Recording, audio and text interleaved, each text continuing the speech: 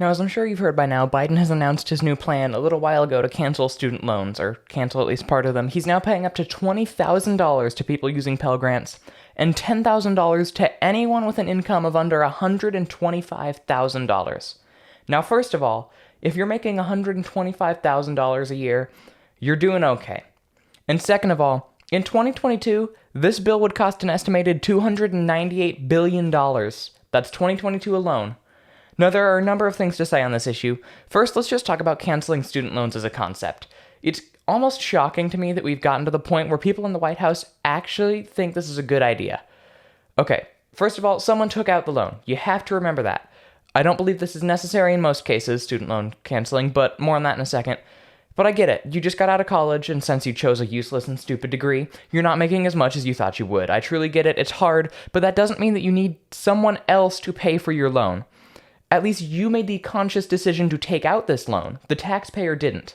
This is just more and more taxes on people who didn't ask for it and, frankly, don't want it.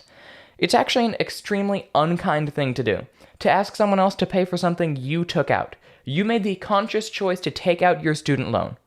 Sure, you might have been manipulated by the university, but you made the choice. The taxpayers didn't. Basically saying, hey, I don't want to have to pay for this. I'd rather be lazy and have you pay for it because I think I'm better than you. And second, what happened here? And second, it might be entirely your fault, depending on what degree you chose. Some people actually go into things that need a college education, like engineering or something like that. And if you did, your income should pay for your college loans eventually. But if you decided to go to college for something like art history, then I think you have a problem. Sure, it's partially on the universities. They convinced you that you'll need that. But also, you believed that. You believed that you need a 4 years of college education to learn art history. Or do you think that a degree in art is useful? Basically, you need to look in the mirror, because nobody thinks that's useful. It's not useful.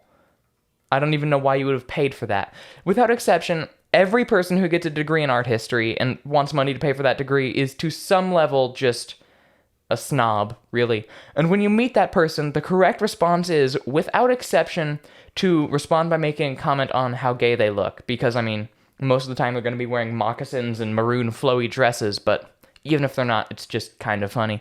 But that aside, I have no idea why we are expected to have sympathy for people who decided to have a completely useless degree and now want people to pay for their terrible decision. But also, I think Biden is literally just trying to pay out his friends or something, because people like Gavin Newsom are just trying to steal his seat in the presidency, like young Michael Scott or something. According to financial disclosures obtained by Bloomberg, 1 in 5 White House staff members have student debt. That's 20% for those of you who are a bit slow at math, and that's a big amount for those of you who shouldn't go into a math degree. You expect me to believe that Biden has the interests of the common man with student debt at heart, when it seems that he might just simply be trying to pay off his friends at the White House. And alright, that's it. I need to go get a new catchphrase or something, like a send-off.